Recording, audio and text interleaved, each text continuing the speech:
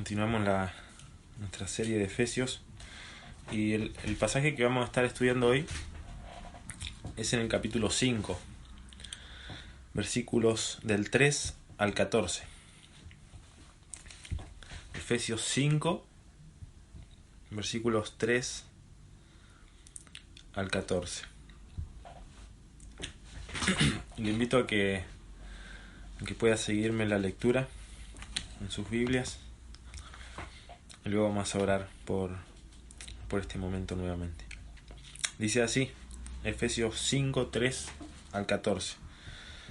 Pero fornicación y toda inmundicia o avaricia, ni aun se nombre entre vosotros, como conviene a santos, ni palabras deshonestas, ni necedades, ni truhanerías que no convienen, sino antes bien acciones de gracias.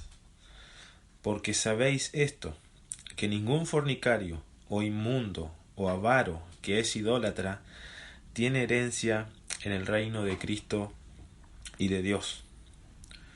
Nadie os engañe con palabras vanas, porque por estas cosas viene la ira de Dios sobre los hijos de desobediencia. No seáis, pues, partícipes con ellos, porque en otro tiempo erais tinieblas, mas ahora sois luz en el Señor. Andad como hijos de luz, porque el fruto del Espíritu es en toda bondad, justicia y verdad, comprobando lo que es agradable al Señor. Y no participéis en las obras infructuosas de las tinieblas, sino más bien reprendedlas, porque vergonzoso es aún hablar de lo que ellos hacen en secreto.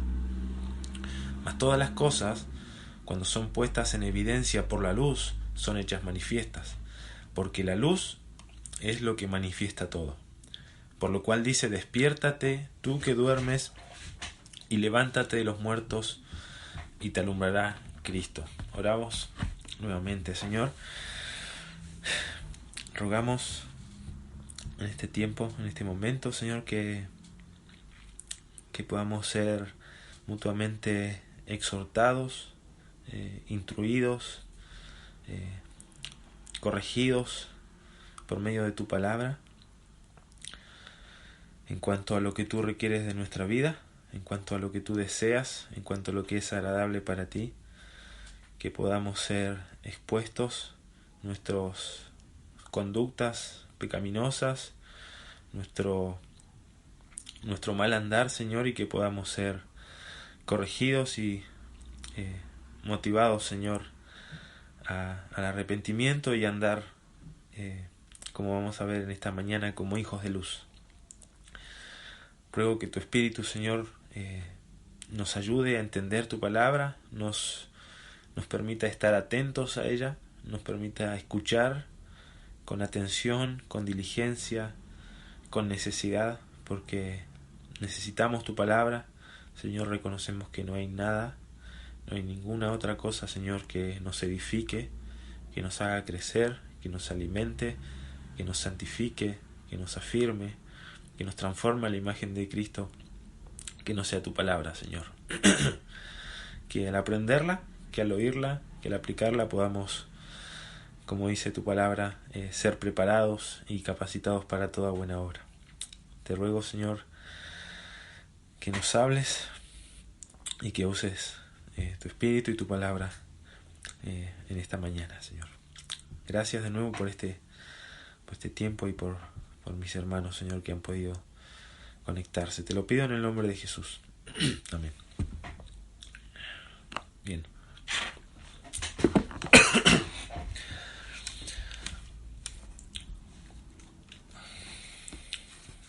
Bien, le invito a que pueda seguirme en su Biblia, no tanto mirándome a mí, sí escuchándome, pero que pueda seguirme en la lectura, ir leyendo junto conmigo la palabra y lo que ella dice. El día de hoy yo quisiera compartir en el texto que leímos 3 características del andar de los hijos de luz. Y cuando me refiero y nos referimos a los hijos de luz, es simplemente un sinónimo para creyentes, para hijos de Dios, para santos. pero que Pablo usa este lenguaje de luz y de tiniebla en este pasaje para enseñarnos algo en específico. ¿Sí? Recordamos que la sección en la que estamos, en la carta de Efesios, a partir del capítulo 4, estamos viendo una serie de exhortaciones prácticas, de instrucciones prácticas de Pablo a los creyentes, luego de darle 3 capítulos de teología, de teoría, en cuanto a la identidad que tienen los creyentes en Cristo, lo que poseen, lo que son, lo que Dios ha hecho por ellos. Ahora Pablo quiere que a la luz de eso entonces vivan y se comporten de acuerdo a su nueva identidad. ¿Sí? Y hemos estado viendo a partir del capítulo 4 cómo Pablo usa esta palabra de andar como un sinónimo o como un simbolismo para el andar en la vida, el comportarse, el vivir. Pablo nos dijo en el capítulo 1 al principio, en el versículo 1, dice: yo pues preso en el Señor os ruego que andéis como es digno de la vocación con que fuisteis llamados. Y comienza Pablo entonces a hacer exhortaciones, implicaciones prácticas de lo que significa ser un creyente, de lo que Pablo ha explicado en los primeros 3 capítulos. Entonces, el creyente como tal debe ahora andar de manera digna con su identidad y con lo que Dios dice en su palabra que es un creyente. Y hemos visto ahí la necesidad de un andar maduro y cómo eso iba a tener efectos y consecuencias provechosas para el cuerpo, para los otros miembros, porque leímos en el versículo 16 de que este cuerpo, que es la iglesia, conformada por los creyentes, recibe su crecimiento según la actividad propia de cada miembro, según el obrar de cada miembro en el cuerpo. Si este obrar es de acuerdo a lo que debe andar, si es maduro o es inmaduro, va a tener consecuencias. Luego Pablo nos ha dicho de que el creyente ya no debe andar como los incrédulos, no debe andar en la vanidad de la mente de los otros gentiles, en el versículo 17, y hizo una exhortación en cuanto a despojarnos de nuestra manera de vivir, a renovar nuestro entendimiento y a vestirnos del nuevo hombre, como un ejercicio a recordar aquellas cosas que Pablo ya les ha dicho, pero exhortándolos ahora a que al reconocer lo que deben despojarse, lo que corresponde al viejo hombre, ellos lo desechen y se vistan en un sentido simbólico de las características que posee el nuevo hombre creado según Dios, en justicia y santidad de la verdad. Luego Pablo hizo otra serie de exhortaciones, otra serie de imperativos en las que nos comunicaba cómo debía ser la relación entre los creyentes, cómo debían ser las características que de alguna forma impulsan o promueven la unidad en la iglesia, entre los hermanos. Y son características que principalmente corresponden a eso, a las relaciones entre creyentes. Y mencionamos ahí de que podíamos usar ese pasaje, entre otros, como una serie de pacto de membresía y cosas a las que uno debería quizás comprometerse cuando uno se une a una iglesia. Y Pablo resumía esto en los primeros 2 versículos del capítulo 5, de que al fin de cuentas el andar que debían tener los creyentes entre ellos era un andar que imitaba a Dios, un andar en amor, así como Cristo también nos amó. Y el pasaje que vamos a ver hoy, donde vamos a ver, como dije al principio, 3 características del andar de los hijos de luz, el andar de los creyentes, se enfoca más bien en la relación entre los creyentes y quizás la cultura o aquellas personas que rodean a los creyentes pero que no son creyentes. ¿Cuál debe ser nuestra actitud? ¿Cómo se relacionan los creyentes siendo luz con aquellos que no son luz? ¿Cuál debe ser esta relación? Entonces, 3 características vamos a ver del andar de los hijos de luz. Y la primera característica que vemos, que Pablo nos muestra a partir del versículo 3, es que los hijos de luz no participan del pecado. Dice Pablo en el versículo 3: pero fornicación y toda inmundicia o avaricia ni aun se nombre entre vosotros, como conviene a santos. Y Pablo luego en el versículo 4 añade, dice, ni palabras deshonestas, ni necedades, ni truanerías, que no convienen, sino antes bien acciones de gracia. Lo que Pablo está haciendo acá es simplemente reconociendo ciertos pecados que eran comunes, que eran prominentes en la cultura greco-romana, no porque simplemente eran los únicos pecados a de alguna forma desechar, sino porque estos pecados eran tan comunes, eran tan habituales, de que incluso entre creyentes estaba el peligro de que se habituaran a este andar que tenían aquellos que no eran creyentes, aquellos que no eran cristianos. La actividad sexual ilícita en la cultura greco-romana era muy común. De hecho, era tan exagerado la inmoralidad, por así decirlo, en esta cultura, que la Mishnah, que era una serie era como una compilación de leyes y de tradiciones orales de la religión judía, prohibía a las mujeres judías estar a solas con un gentil, porque no confiaban en la pureza sexual de esa persona. O sea, a ese punto se reconocía este tipo de prácticas. Y Pablo, menciona la fornicación y sabemos que se refiere a relaciones sexuales fuera del matrimonio, y toda inmundicia, que era una palabra que se utilizaba en cuanto a la pureza ritual entre los judíos, pero que Jesús la mencionaba en Mateo 15 como tanto la fornicación como el adulterio, la inmundicia, este tipo de pecados como que salían del propio corazón de las personas. O avaricia, dice, ni aun se nombre entre vosotros. Y ahí un comentarista que define la avaricia como un deseo de tener más, como es esa idea de ser posesivo, de querer adquirir cosas. Y uno debería interpretar esta palabra avaricia en el contexto en el que Pablo lo está hablando en relación a los otros dos pecados, a la fornicación y a la inmundicia. No solo avaricia material, sino la mayoría de los comentaristas se inclinan a pensar de que se está refiriendo a una avaricia sexual, una avaricia inmoral. Y en este sentido la inmoralidad es pecaminosa junto con la avaricia porque buscan poseer algo que no es propio. ¿Sí? El pecado de inmoralidad sexual, de fornicación, es desear, simplemente desear, dijo Jesús. Aquel que codicia a una mujer en su corazón ya está adulterando con ella. Y este acto de desear algo que no es propio, algo que no se tiene el derecho para hacer, es inmoral. Y tanto la inmoralidad como la codicia se ven como impureza y como una contaminación que no debe estar entre los creyentes. Y añade un comentarista y dice que los avaros son aquellos que sienten un fuerte deseo de conseguir para sí mismos más dinero y posiciones o placer, porque en el fondo de su corazón es que ellos confían y obedecen y aman más la riqueza, más el placer que a Dios mismo. Por eso Pablo denuncia estos pecados. Dice que ni aún se nombren, que ni aún se estén mencionando entre ustedes.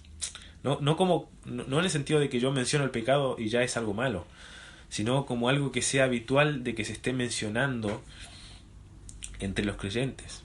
Muchas veces nosotros nos juntamos en las reuniones de oración y al final de la reunión siempre me gusta reflexionar en qué fue lo que más se mencionó entre los hermanos. Y que siempre es gratitud por el cuidado del Señor, por su sustento. Pero eso habla de que de los hermanos salen esas cosas, sale la gratitud. Y entonces se menciona, es algo habitual, es algo común de hablar entre los creyentes. Y puede ser gratitud como puede ser otro tipo de cosas, pero cuando Pablo dice no se menciona entre vosotros, se refiere a eso, de que no sea algo habitual entre ustedes, como conviene a santos, porque este tipo de cosas no convienen no son apropiadas para los santos. Y luego añade Pablo y dice, ni palabras deshonestas, ni necedades, ni truanerías, que tampoco convienen, sino antes bien acciones de gracias. Y otra vez el contexto nos hace interpretar que estas palabras deshonestas, estas necedades, estas truanerías, tienen relación con los pecados antes mencionados, es decir, con la fornicación, la inmoralidad, la inmundicia. Y en ese sentido la Biblia, la NBI traduce un poco más explícito a qué se está refiriendo en el original Pablo, porque uno lee palabra deshonesta y suena como, bueno, algo deshonesto, tampoco es tan grave, pero en realidad está hablando ahí de palabras indecentes, palabras inmorales. Cuando dicen ni necedad, en realidad está hablando de conversaciones que son indecentes o necias. Cuando habla de truanerías, habla de chistes groseros. O sea, está hablando Pablo de un hablar, de un vocabulario que tiene relación con lo anterior, con la fornicación, la inmoralidad, la inmundicia, y que está afectando también a la forma en la que ellos hablaban. De hecho, era tan común este lenguaje, y lo es hoy en día también. Uno puede reconocer de cómo los chistes de doble sentido y este tipo de cosas ya son cosas tan común en la tele, en el humor del mundo, que no participar de ello es chocante, es como raro.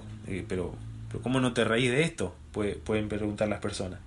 Y de hecho un comentarista señala de que los judíos que no participaban de este tipo de charlas se los acusaba de antisociales. O sea, a ese punto era tan común este tipo de lenguaje. Y Pablo dice, no solo las prácticas de fornicación, de inmundicia, de avaricia estén entre vosotros, ni tampoco el lenguaje, ni la forma de hablar que surge de esas cosas, sino antes bien acciones de gracias. Y es notable cómo Pablo contrasta aquello que debería ser evidente entre los creyentes, aquello que debería ser natural, aquello que debería estar nombrándose entre los creyentes, con la fornicación, la inmundicia y la avaricia. Uno podría decir, uno podría, en vez de acciones de gracia, poner ahí pureza, santidad, y Pablo diciendo, antes bien que haya pureza, que haya santidad, que haya, no sé, justicia, tendría más sentido. Pero Pablo dice acciones de gracia como si fuera lo contrario, lo opuesto a estos pecados. Y en ese sentido, si pensamos quizás en la avaricia, en esta insaciabilidad, en este deseo pecaminoso de querer tener aquello que no nos corresponde, Pablo puede estar viendo la gratitud como una especie de antídoto para evitar aquello que promueve quizás la codicia o la avaricia, y que luego, como dice en otro lugar la Escritura, el amor al dinero, la codicia es la raíz de todos los males, y podemos aplicar eso ahí como al sexo, como a otro tipo de inmoralidades. Y Pablo reconoce de que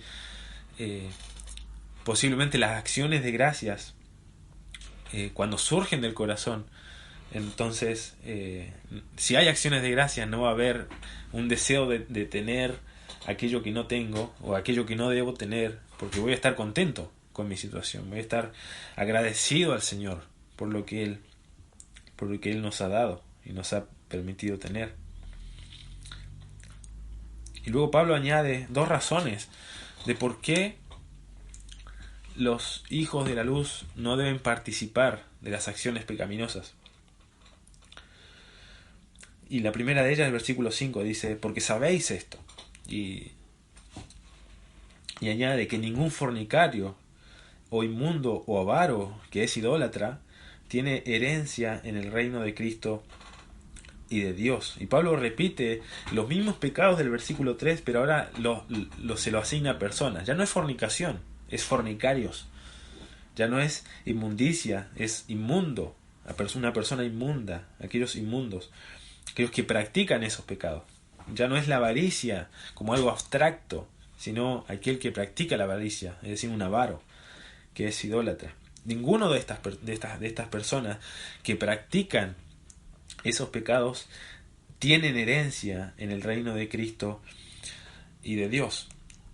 Pablo, la razón por la que los creyentes deben evitar eso es porque en realidad los que practican esas cosas están evidenciando de que no están teniendo herencia, de que no son parte, como dijo Pablo en el capítulo 3, no son partes de la iglesia, de aquellos que ahora son copartícipes de la herencia junto con el pueblo de Dios.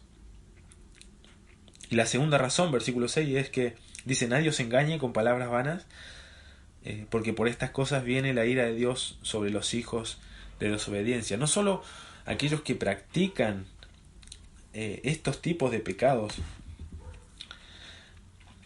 no solo no forman parte de los creyentes, es decir, no tienen herencia, no son copartícipes de la misma herencia con los creyentes en el reino de Cristo y de Dios, sino que también dice: la ira de Dios viene sobre los hijos de desobediencia. En el capítulo 2, lo que leyó Germán al principio, y los primeros 3 versículos, Pablo describe a estos hijos de desobediencia, donde él mismo se incluye.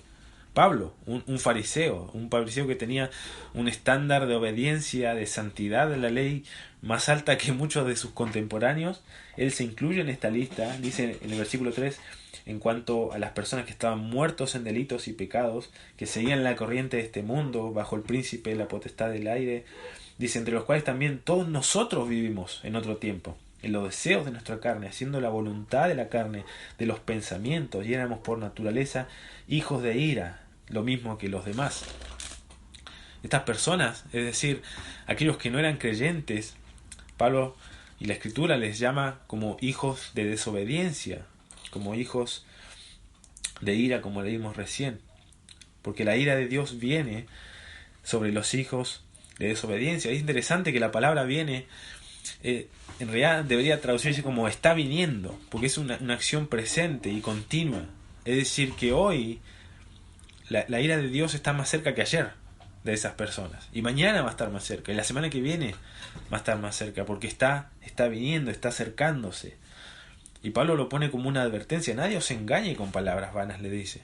Posiblemente en la cultura, como vimos al principio del capítulo 4, o en la mitad, cuando habla de que los creyentes inmaduros podían ser arrastrados por diferentes doctrinas, estratagemas de hombres que engañaban usando las artimañas del error.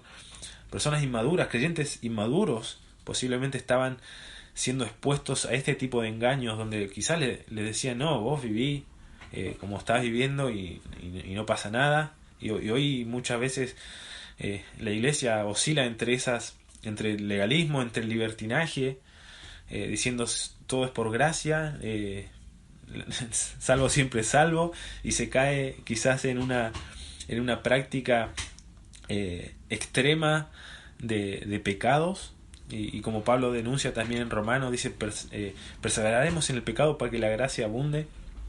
Dice: de ninguna manera. Y Pablo le advierte, dice: ustedes saben esto, saben que esas personas no tienen herencia, no están teniendo herencia en el reino de Cristo de Dios, y es más, dice, la ira viene, la ira de Dios está viniendo sobre ellos, sobre tales personas. Y Pablo posiblemente está haciendo acá una exhortación a un apartarse no solo del pecado, sino de aquellos que practican el pecado, de aquellos que están viviendo en este tipo de cosas, no como una idea de aislarse del mundo y no tener participación en el mundo, sino aislarse y separarse del estilo de vida del mundo, de sus pecados y de su influencia. Y esa es la primera característica que Pablo nos presenta de los hijos de luz, y concluye, por así decirlo, estos versículos. En el versículo 7 dice: no seáis pues partícipes con ellos, porque ustedes no tienen participación, no tienen nada en común, no hay comunión entre la luz y las tinieblas. No haya fornicación, no haya inmundicia, no haya avaricia, no eran palabras deshonestas, lenguaje inmoral, sino antes bien acciones de gracias. Y no participen de ellos, porque ellos no tienen herencia con ustedes, no tienen herencia en el reino de Cristo y de Dios, y la ira está viniendo sobre esas personas. Por tanto, no participen de ellos. Y es posible, no tanto que Pablo esté advirtiendo en el sentido de que si ellos seguían participando con ellos, quizás también iban a participar de la ira de Dios. Yo creo más bien que Pablo está afirmando de que ellos son creyentes, de que ellos, como va a decir en el versículo 8, ahora son luz en el Señor, no van a sufrir la ira de Dios, no van a perder su salvación.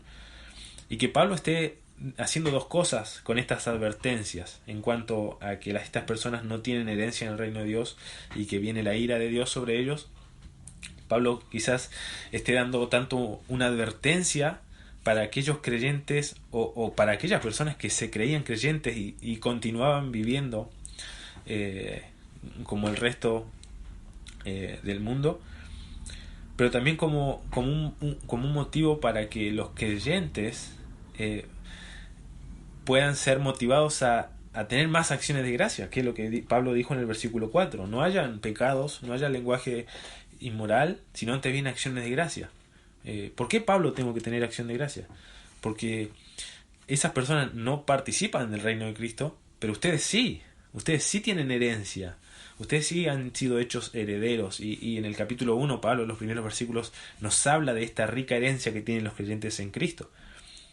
Y una segunda razón puede decir, ustedes ya no van a sufrir la ira de Dios. Ustedes antes eran hijos de desobediencia, hijos de ira, pero Dios les ha dado vida, los ha salvado, los ha hecho una nueva creación. Y es un motivo de estar agradecido, de participar de la herencia de Dios y de no participar de su ira.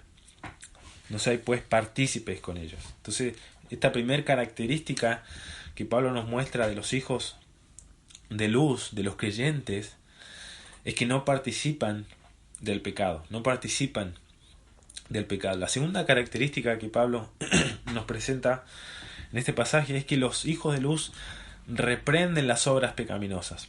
Entonces, no participan del pecado, pero no se quedan ahí, no se quedan mudos, no se quedan sin hacer nada ante el pecado, sino que lo reprenden. Fíjense versículo 8. Dice, porque en otro tiempo erais tinieblas, mas ahora soy luz en el Señor, andad como hijos de luz. Entonces los hijos de luz deben andar como hijos de luz. Bueno, ¿en qué consiste este andar de hijos de luz? Ya nos mencionó que era no participando del pecado. Pero ahora nos va a decir, versículo 9, porque el fruto del Espíritu es en toda bondad, justicia y verdad, comprobando lo que es agradable al Señor.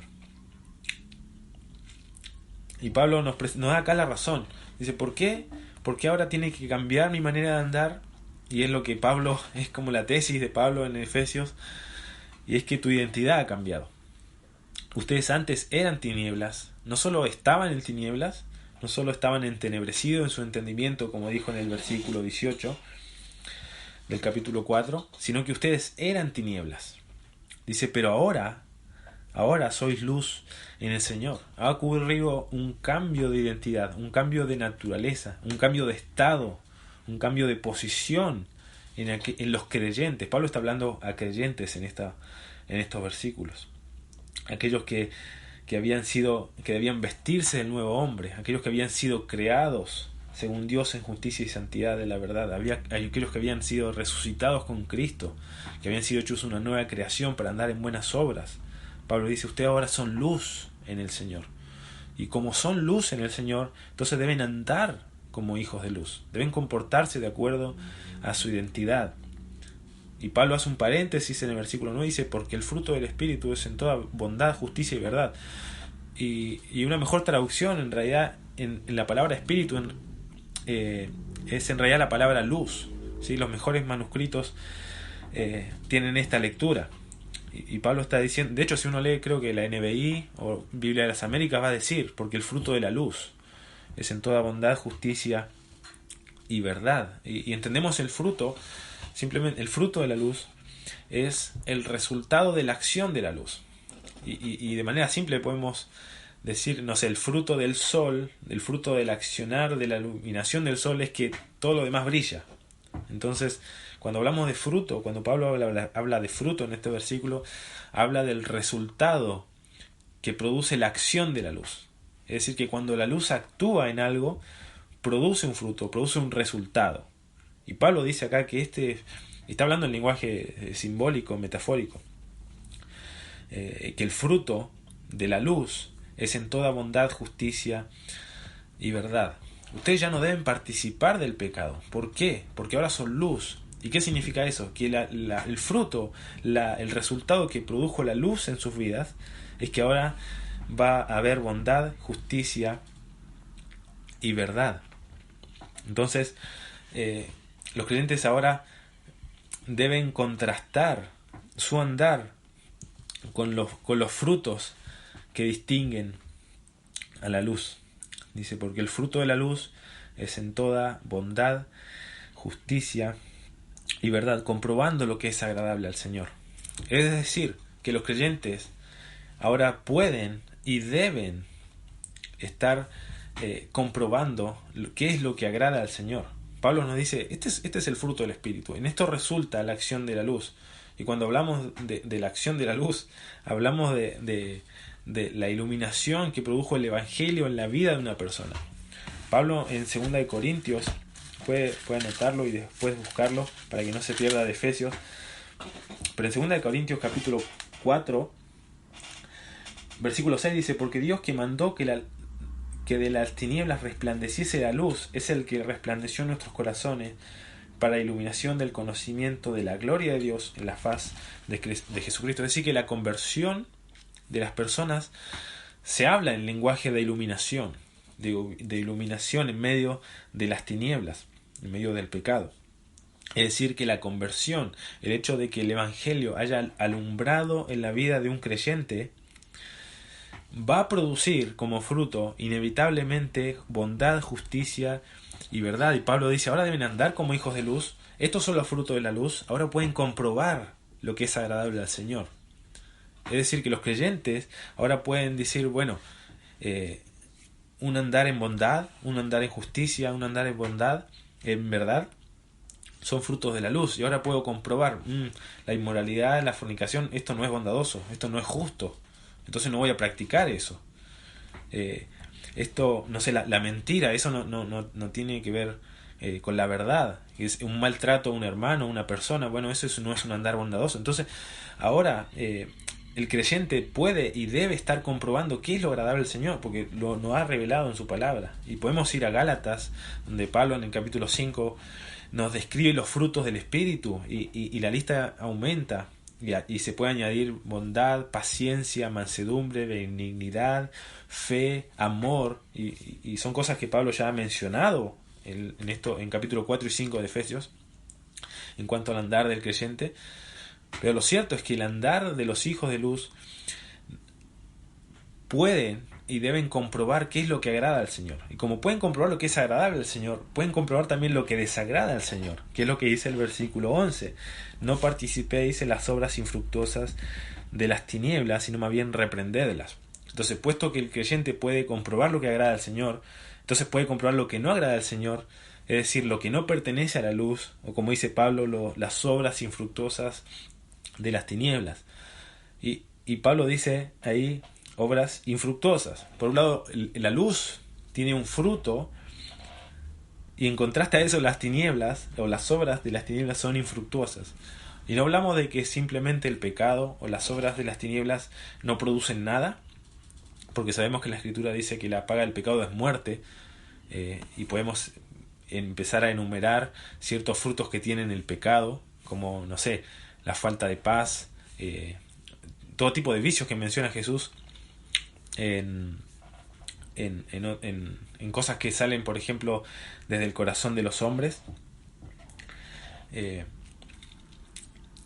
Pero todas estas cosas no significan que Pablo diga que sean infructuosas, no significa que no tengan ningún fruto o ningún resultado, sino que son infructuosas en comparación con los frutos que produce la luz. Pablo lo que está diciendo es que el andar de las tinieblas, las obras de las tinieblas, no producen los frutos que deben producir, que deben estar produciendo los hijos de la luz, en bondad, justicia y verdad. Son infructuosas, son impotentes para este tipo de cosas. Dicen, no participéis de las obras infructuosas de las tinieblas, sino más bien reprenderlas. Entonces el creyente debe, ahora que es luz, ahora que conoce cuál es el fruto de la luz, ahora puede comprobar lo que es agradable al Señor, lo que pertenece a la luz, pero debe comprobar también lo que no pertenece a la luz y debe reprenderlo. Es interesante que la palabra ahí, reprender, uno piensa en esta palabra y lo primero que se nos viene a la mente es a una persona retando a otra. Quizá cuando reprendemos, no sé, bueno, yo no tengo hijos, pero a veces retamos a algún chico porque hizo algo mal, o retamos a nuestro perro, ¿sí? Y decimos, bueno, eso es reprender. Pero no ser, la palabra en realidad lleva la idea de un exponer. Literalmente significa, lleva la idea de exponer algo, de mostrar algo, pero siempre en relación a la culpa, con la implicación de que hay pruebas convincentes de que eso que se está reprendiendo, que se está exponiendo, es pecaminoso o tiene faltas. La Biblia de las Américas traduce esta palabra desenmascaradlas. Si no participéis de las obras estériles de las tinieblas, sino más bien desenmascaradlas. No tanto como que debemos retar a los pecadores o a los pecados, sino exponerlos, mostrar que esas cosas son pecaminosas. Eso es lo que está diciendo Pablo acá. Y es la misma palabra que usa Jesús. Voy a buscar el versículo.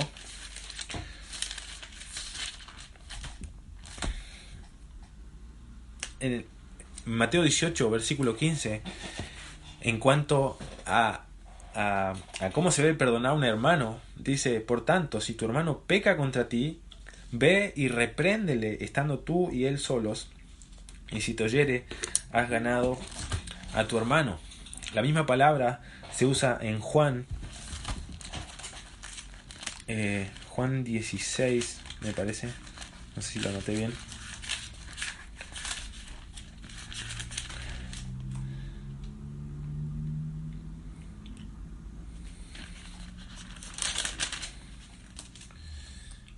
En cuanto a la venida del Espíritu, dice que cuando Él venga convencerá al mundo de pecado, de justicia y de juicio. Y es la misma palabra, esta convencer, o la palabra que usó en Mateo 18, cuando dijo reprende a tu hermano, es la misma palabra. La idea del reprender es mostrar, es llevar evidencia de que eso que se está reprendiendo es pecaminoso. Por eso dice Jesús: si tu hermano peca, o sea, cometió un pecado, ve y repréndele, muéstrale su error, muéstrale su pecado, y estando él solo. Y si él te oyere, has ganado a tu hermano.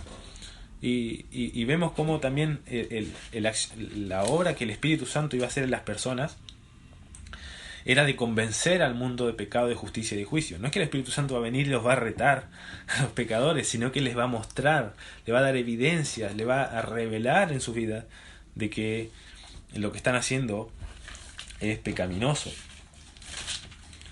Y la misma palabra se usa en Juan capítulo 3, cuando dice Jesús en el versículo 20: todo aquel que hace lo malo aborrece la luz y no viene a la luz para que sus obras no sean reprendidas, no sean expuestas, no sean manifestado de lo que está haciendo es pecaminoso.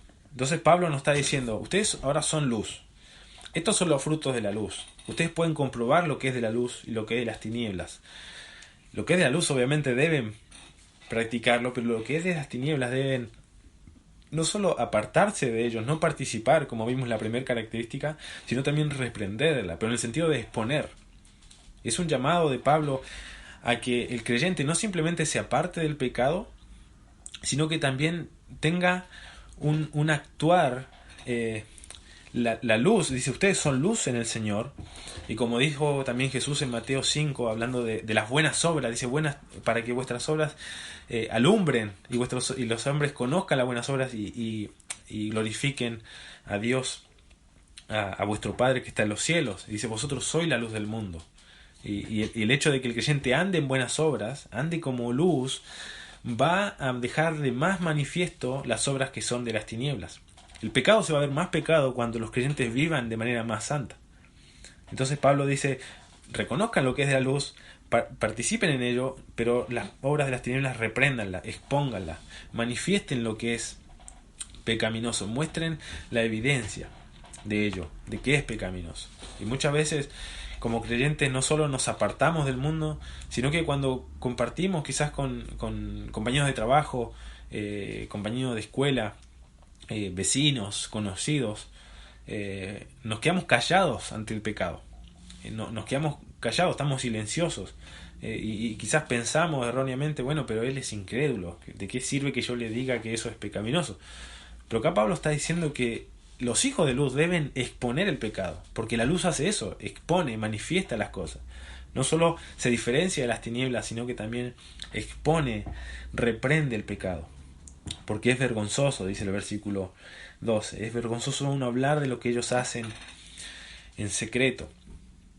Y luego añade el versículo 13, mas todas las cosas, cuando son puestas en evidencia por la luz, son hechas manifiestas, porque la luz es lo que manifiesta todo.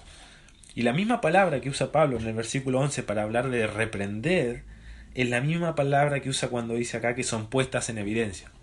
Es decir, que las obras de las tinieblas que se hacen ya sea en lo secreto o ya sea que se ignoren y nadie diga que eso es pecado, son puestas en evidencia, son reprendidas, son expuestas, se muestra el pecado tal como es por la luz.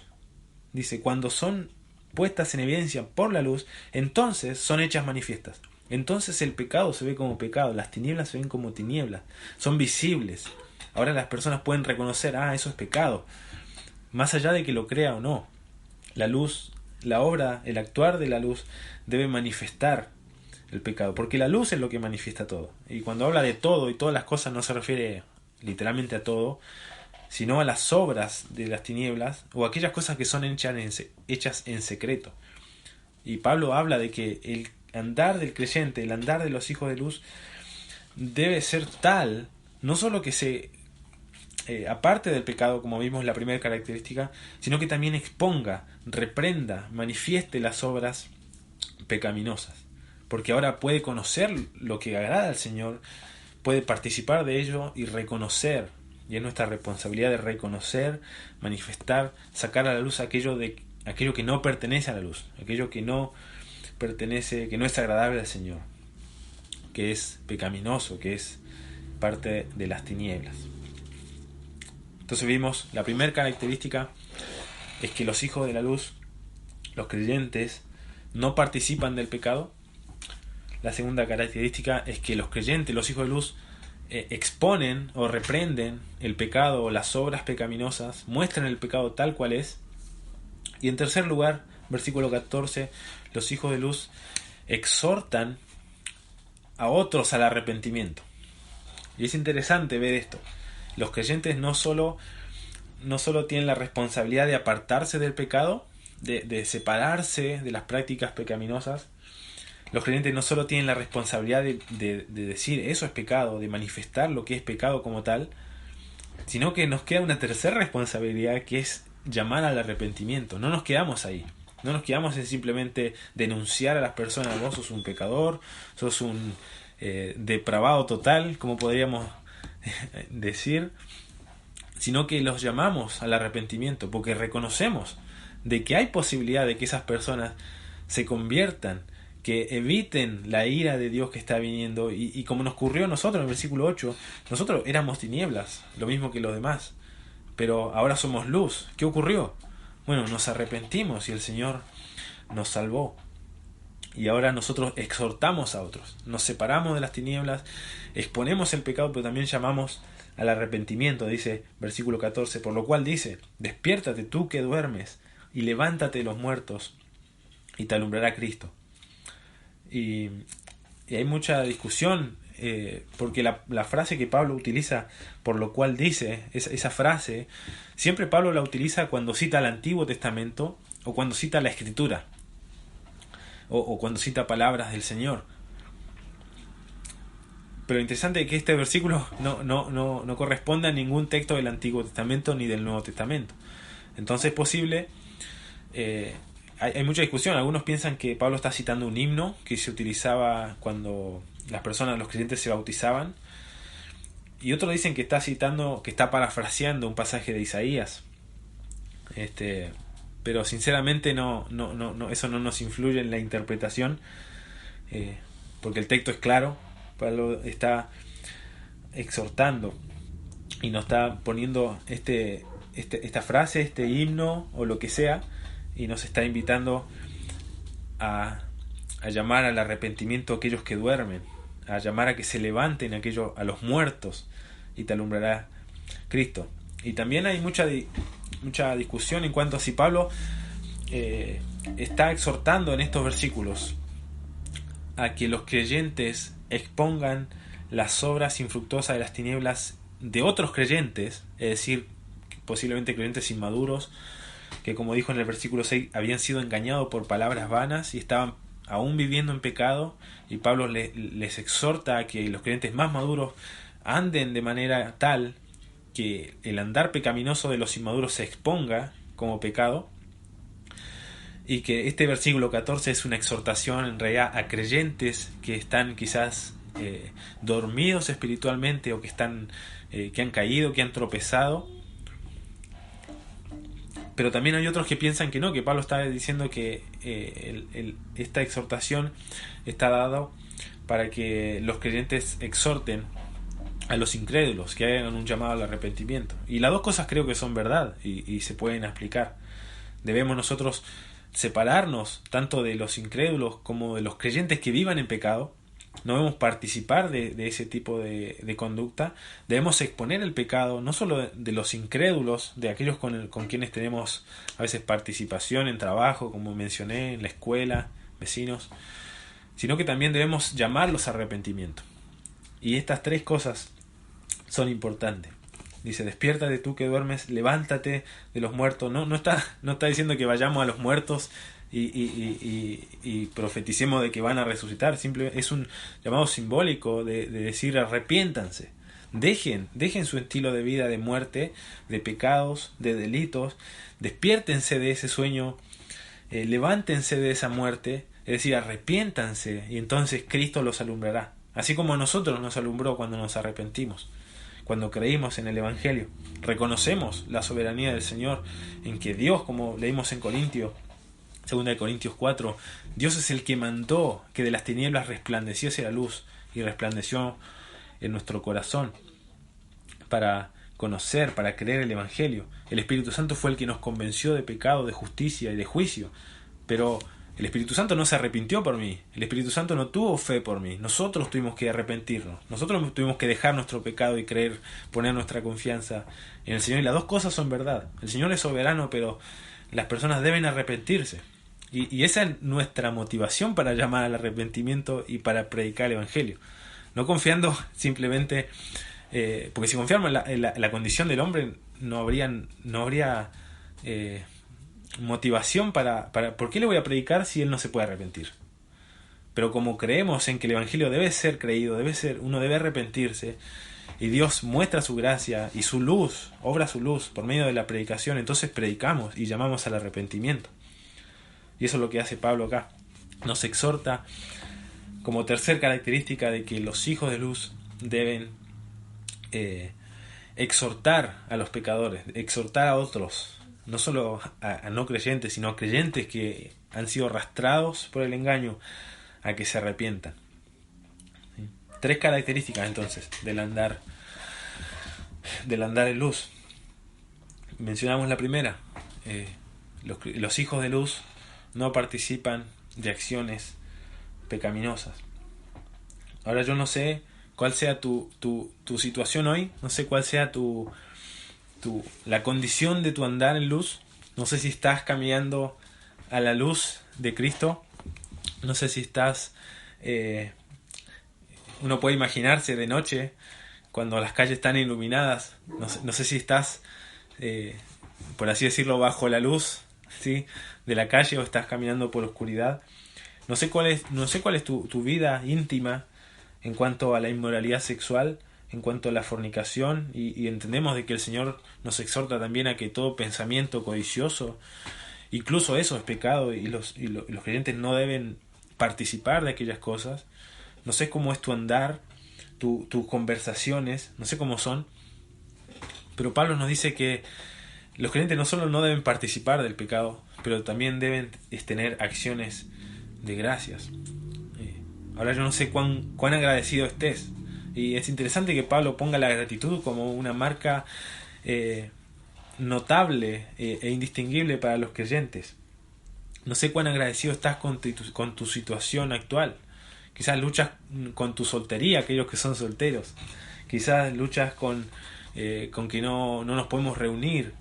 Con tantas cosas que podemos mencionar de ingratitud.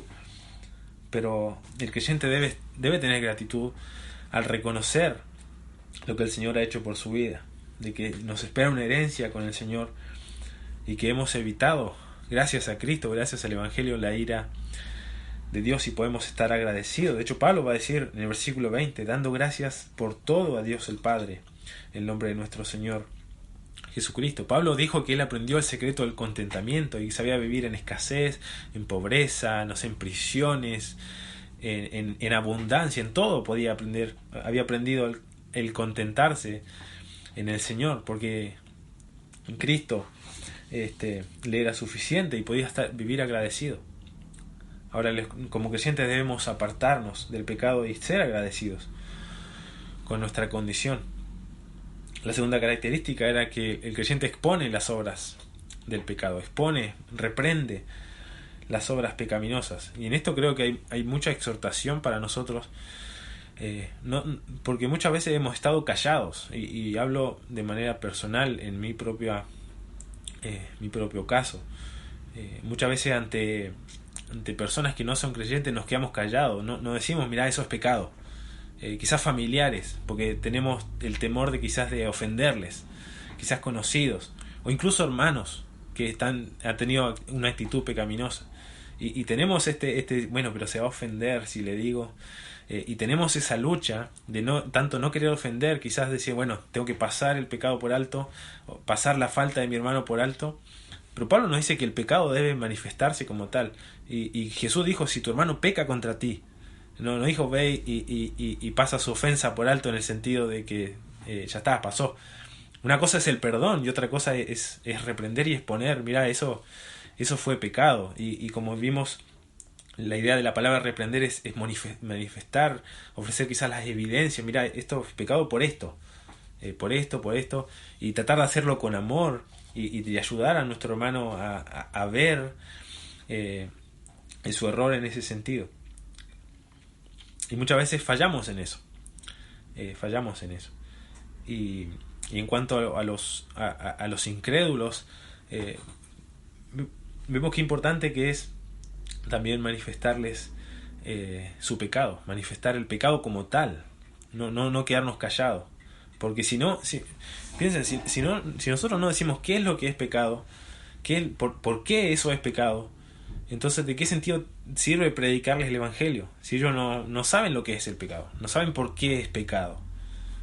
Entonces estas tres características son importantes. Debo apartarme del pecado, debo manifestar lo que es pecado, pero también debo llamar al arrepentimiento.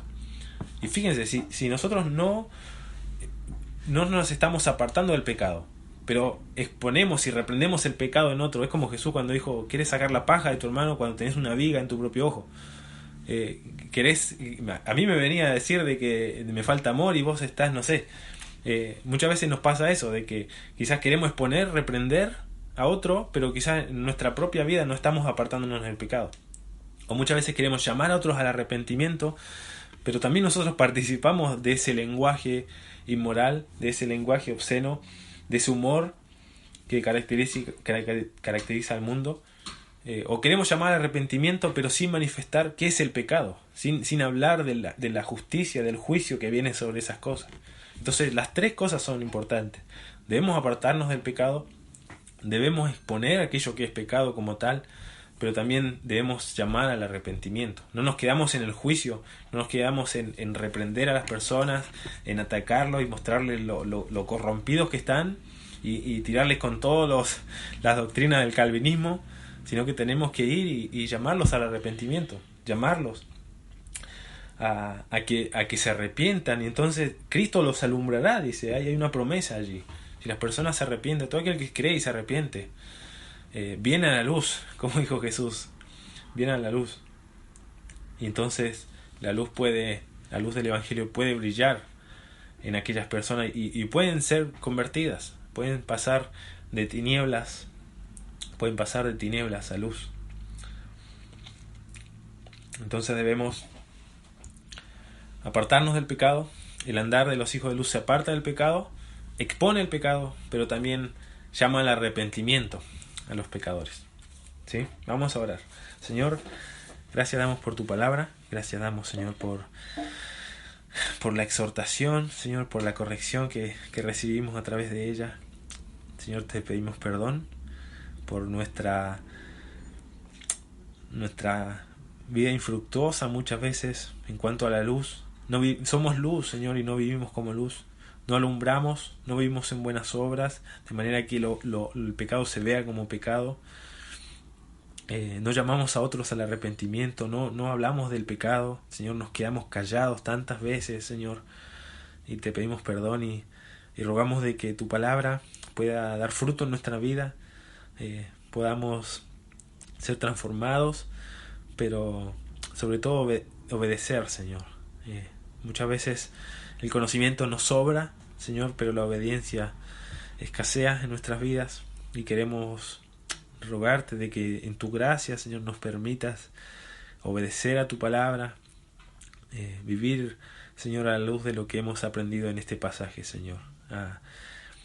Tanto a apartarnos del pecado de que nos rodea, tanto a exponer el pecado en la vida de otros, pero también a ser compasivos y misericordiosos en llamar a otros al arrepentimiento. Gracias damos por Cristo, la luz verdadera que alumbra a todo hombre, que ha alumbrado nuestra vida por medio del Evangelio, Señor, que por medio del Espíritu Santo nos ha convencido, nos ha reprendido, nos ha mostrado nuestro pecado, nos ha convencido de justicia, de juicio, Señor, y hemos podido responder en arrepentimiento y fe, y tú nos has hecho una nueva creación, y ahora podemos y debemos manifestar aquello andando en buenas obras, Señor. Gracias por tu palabra, por este tiempo juntos, Señor. Bendice a mis hermanos, sus corazones, para que puedan, Señor, ser receptivos también a tu palabra. Lo pedimos en el nombre de Jesús. Amén.